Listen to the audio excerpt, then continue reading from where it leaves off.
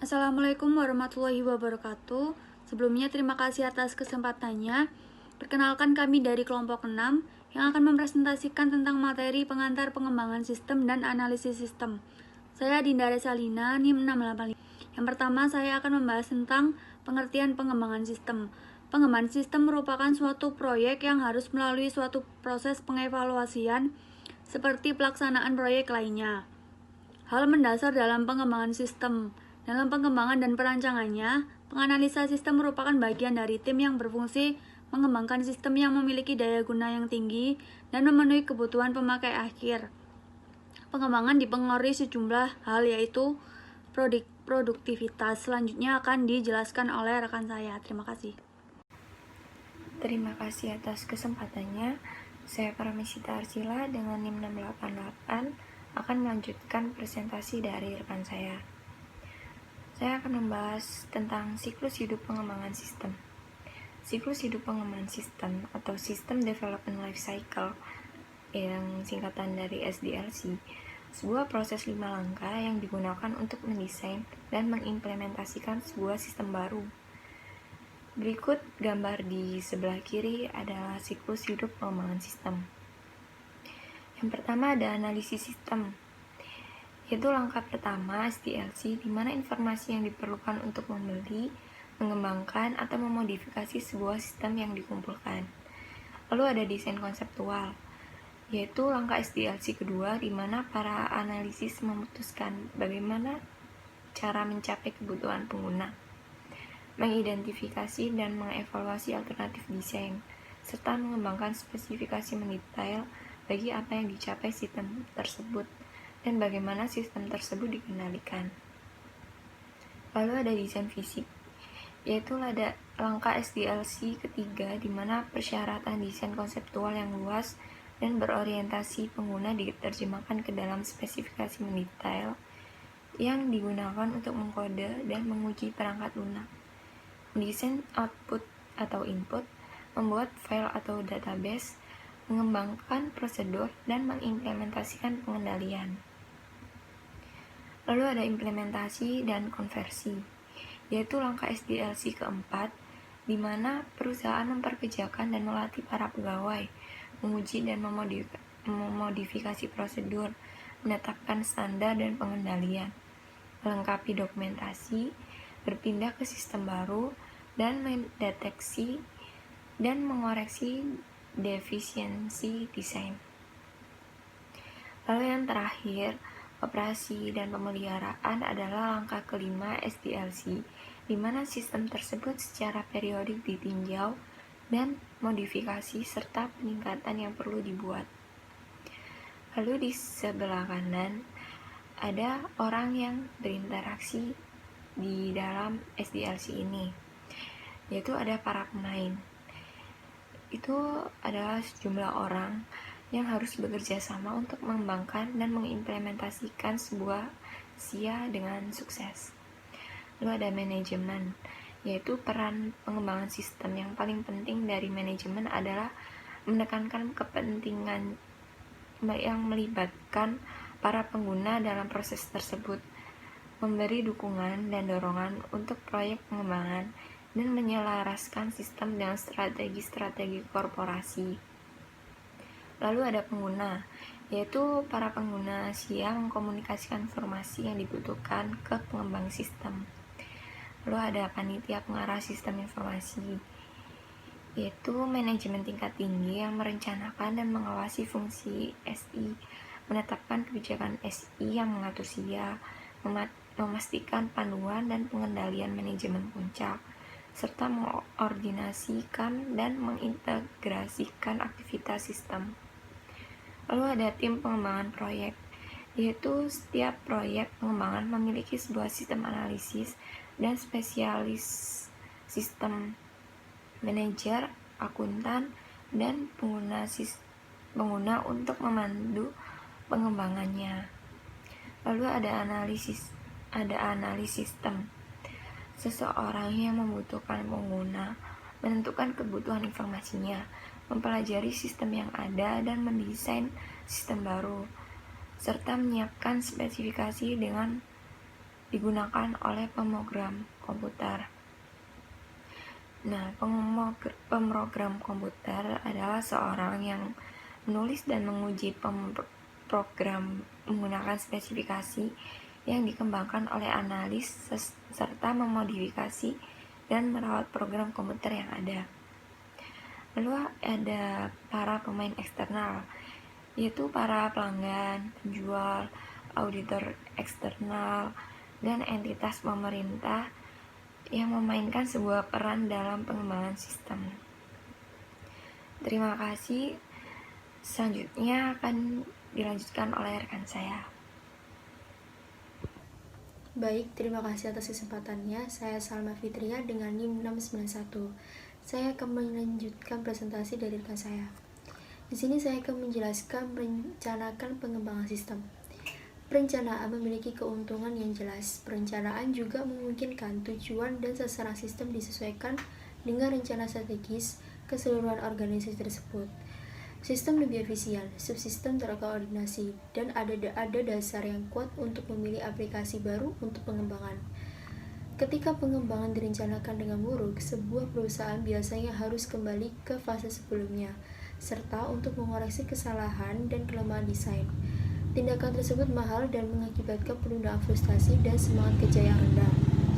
Ada dua rencana sistem yang diperlukan adalah sebagai berikut. Yang pertama, rencana pengembangan proyek.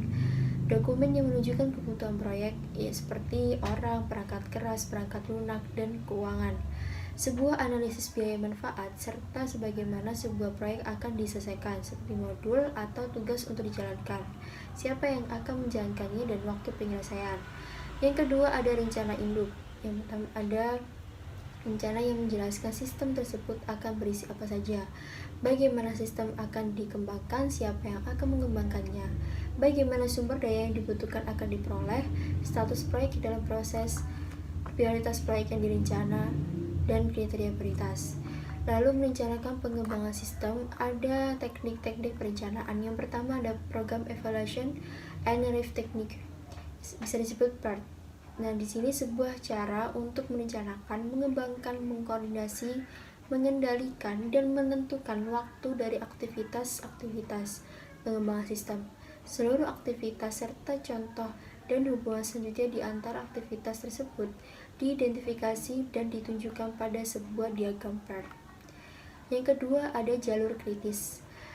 Jalur PERT ini yang mensyaratkan jumlah waktu terbesar untuk menyelesaikan sebuah proyek. Jika sebuah aktivitas jalur kritis tertunda, maka seluruh proyek juga tertunda. Yang ketiga ada bagan Gantt.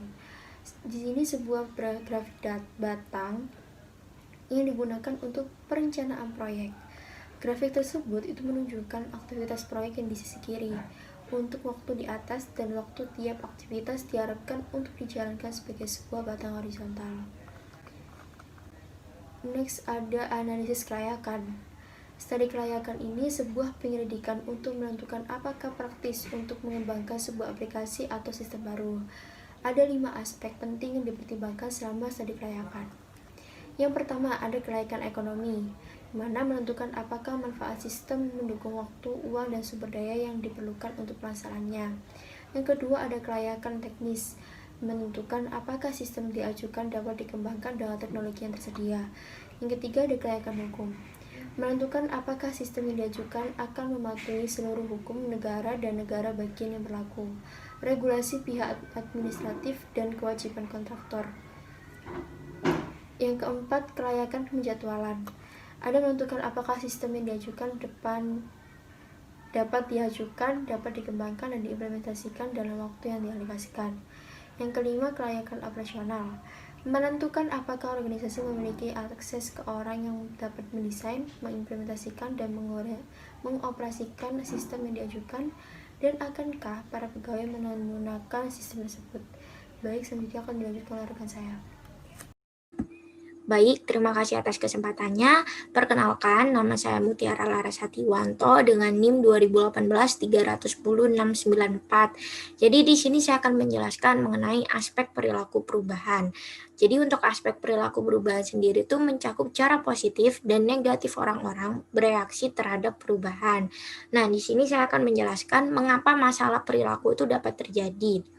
Jadi pandangan individu atas perubahan itu entah baik atau buruk itu biasanya bergantung pada individunya sendiri. Bagaimana individu tersebut secara pribadi terpengaruh oleh perubahan.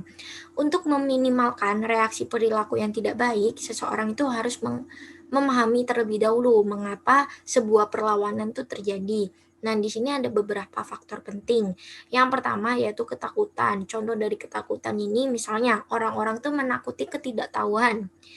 Terus menakuti ketika kehilangan pekerjaan, ketika gagal, dan ketidakpastian yang menyertai perubahan. Yang kedua, di sini ada dukungan manajemen puncak. Para pegawai yang merasakan kurangnya dukungan manajemen puncak terhadap perubahan sering bertanya-tanya mengapa mereka tuh harus mendukungnya. Yang ketiga, di sini ada pengalaman dengan perubahan sebelumnya. Para pegawai yang memiliki pengalaman buruk dengan perubahan sebelumnya akan lebih enggan untuk bekerja sama. Selanjutnya ada komunikasi. Para pegawai tidak mungkin mendukung sebuah perubahan kecuali diberikan penjelasan tentang alasan adanya perubahan tersebut. Selanjutnya di sini ada sifat perubahan yang mengganggu. Permintaan untuk informasi dan wawancara mengganggu dan menempatkan beban tambahan bagi orang-orang menyebabkan perasaan negatif terhadap perubahan yang mendesak mereka.